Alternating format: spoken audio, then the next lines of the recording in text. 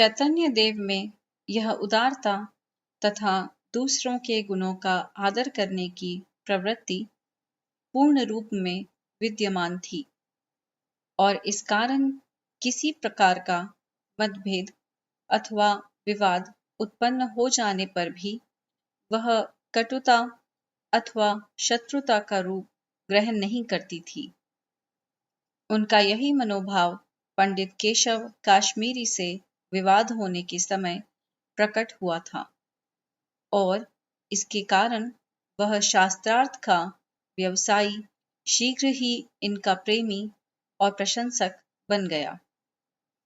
जब वह इनके इस गुण को पहचान गया तो उसका आंतरिक भाव भी बदल गया और उसने इनके मार्गानुयायी होने में ही वास्तविक कल्याण समझा। उसके अत्यंत आग्रह करने पर उन्होंने यही कहा, महाराज, आप तो शास्त्र के परम मर्मज्ञ हैं ही। मेरी समझ में उसका सार यही है कि मनुष्य सांसारिक सफलता को सर्वोपरि मानने की बजाय भगवान के सच्चे स्वरूप को समझे और वही आचरण करे जिससे वे प्रसन्न हों। भगवान की कृपा सांसारिक वैभव अथवा विद्या से नहीं मिल सकती। उसका एकमात्र मार्ग परमार्थ ही है। मैं इसे आपका परम सौभाग्य समझता हूँ कि इतनी बड़ी प्रतिष्ठा पाकर भी आपको सहज ही वैराग्य हो गया और आप भगवान की कृपा पाने के लिए सब कुछ त्यागने को उद्यत हो गए। इस दृष्टि से मैं तो इस सिद्धांत को ही जीवन का मार्ग दर्शक समझता हूँ।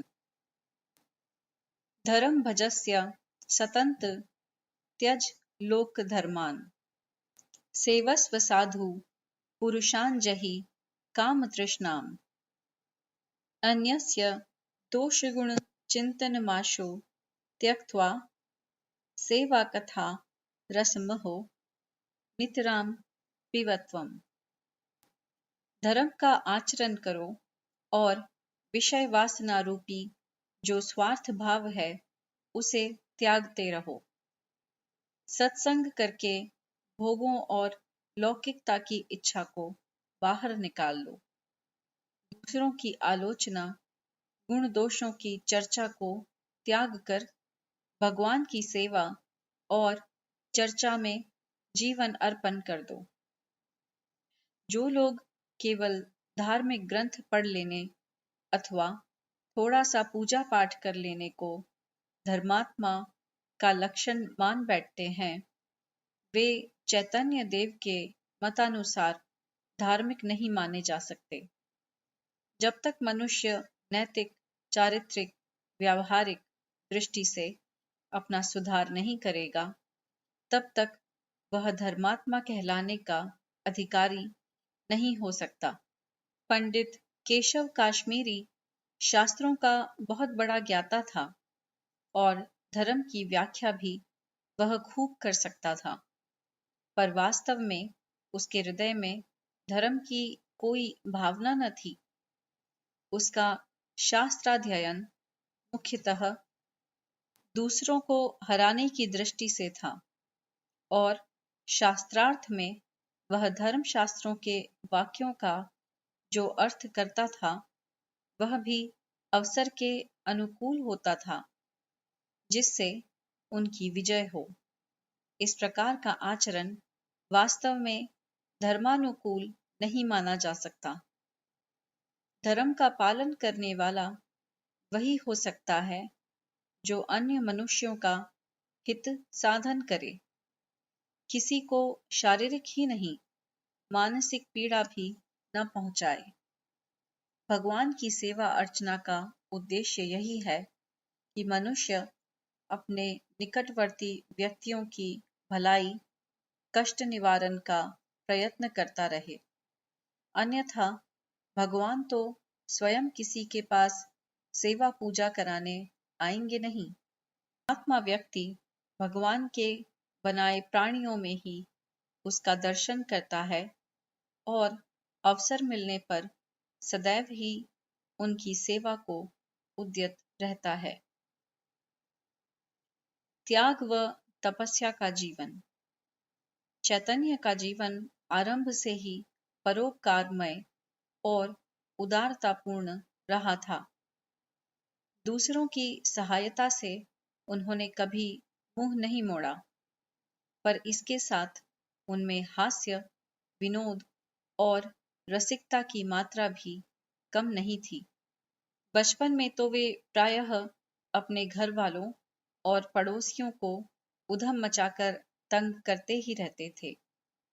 बड़े होकर भी उनका हंसी मजाक का स्वभाव नहीं बदला और वे अपनी विद्यार्थी मंडली को लेकर तरह तरह के कौतुक और कौतूहल करते रहते थे।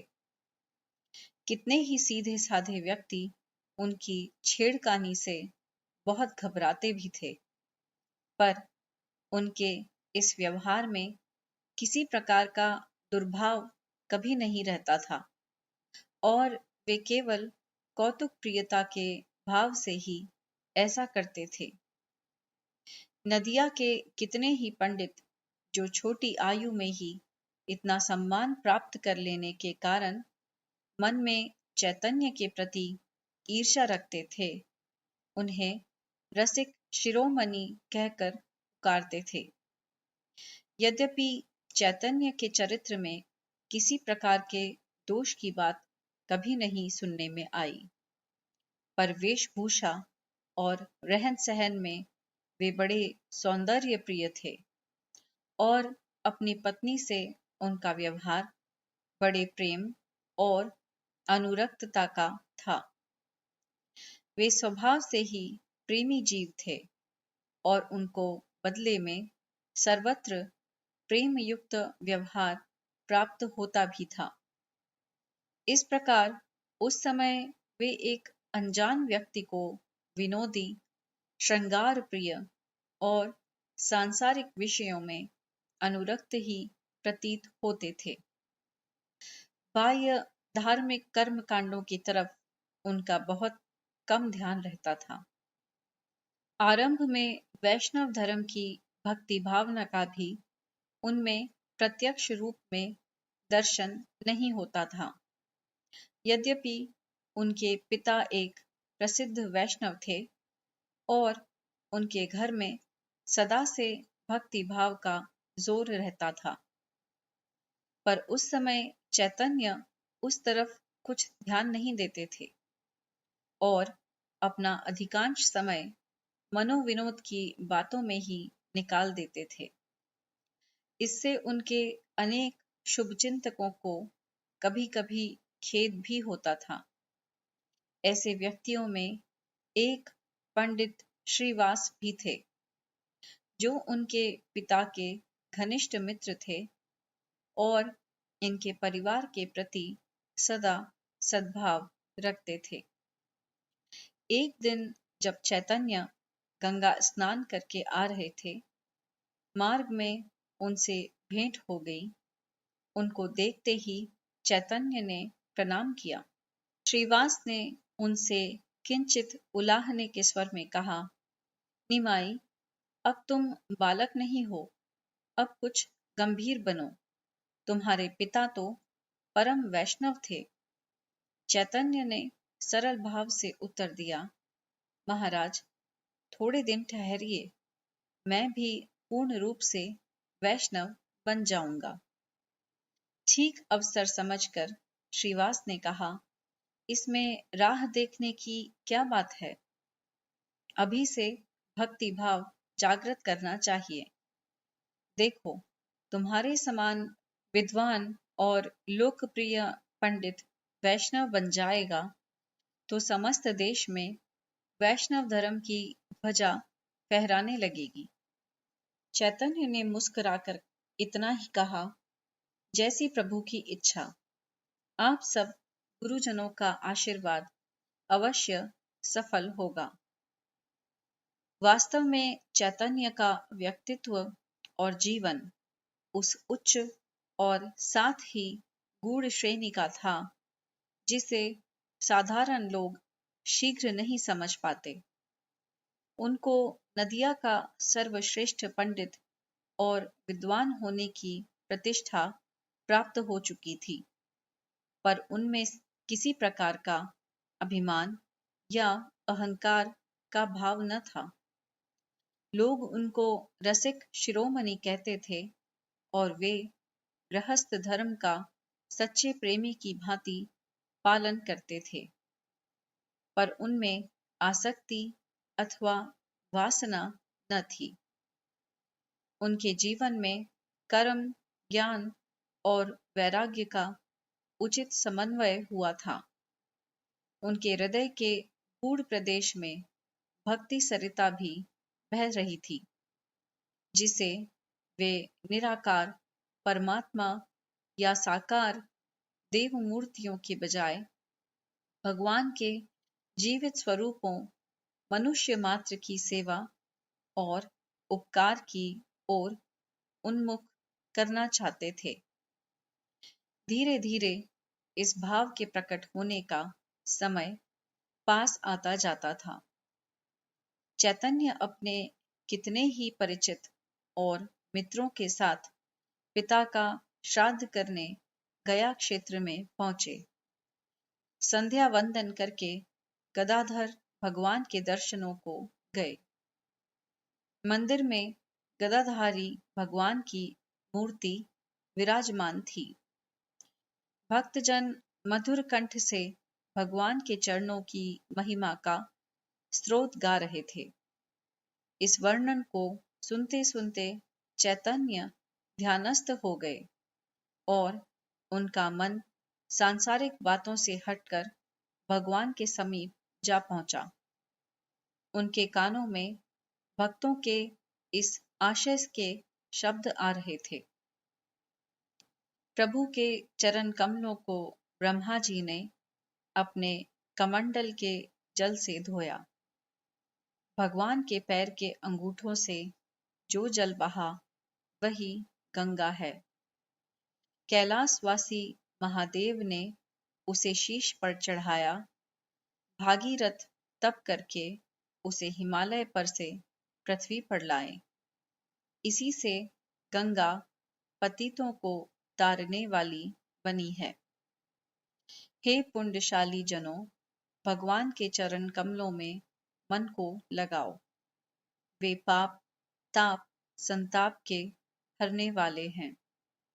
आओ हे भक्तजनों, ऐसे दयालु प्रभु की शरण लो। चैतन्य इन श्लोकों के गूढ़ार्थ को अमृत की तरह पी रहे थे। यद्यपि शब्दावली प्रचलित धार्मिक विश्वासों के अनुसार ईश्वर की साकार उपासना की परिचायक थी, पर चैतन्य को उसमें प्रभु के विराट स्वरूप का अनुभव होने लगा। उनको प्रतीत हो रहा था मानो यह संपूर्ण विश्व ही भगवान का देह है। प्रत्येक प्राणी उसी विराट देह का एक अणु है और इस कारण वे सब परस्पर भाई भाई या एक ही महावृक्ष के छोटे छोटे पत्ते हैं। इस भावना को करते करते वे ऐसे भावावेश में आ गए कि उनका शरीर कांपने लगा। वाणी रुक गई और वे बेसुध से हो गए। संयोग से उसी समय उनके पूर्व परिचित ईश्वरपुरी भी उस समय वहां दर्शनार्थ उपस्थित थे। उन्होंने उनको संभाला और बाहर लाकर उनको सावधान किया। चैतन्य ने स्वामी जी के पैर पकड़ लिए और बोले, महाराज, अब मेरी गया धाम की यात्रा सफल हुई।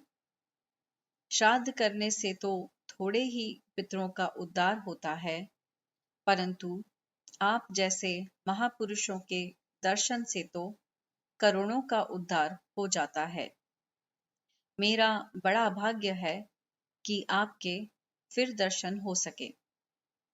अब मेरा हाथ पकड़कर मुझे सांसारिक मोह जाल से निकालिए। आप ही मेरे गुरु हो। इसके पश्चात जब चैतन्य शास्त्र विधि के अनुसार पिंडदान आदि से निवृत्त होकर अपना भोजन बनाने लगे और दाल शाक बनाकर भात को अग्नि पर रख दिया, उसी समय ईश्वरपुरी आ पहुंचे। चैतन्य दौड़कर उनके पैरों पर गिरने लगे तो उन्होंने पहले ही उनको उठाकर हृदय से लगा लिया। ईश्वरपुरी ने हंसते हुए कहा, हम आश्रम से शुभ मुहूर्त देखकर ही चले थे।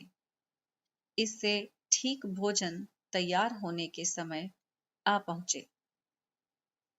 चैतन्य ने कहा, महाराज, जब भाग्य उदय होता है तभी आप जैसे संतों की सेवा करने का अवसर मिलता है।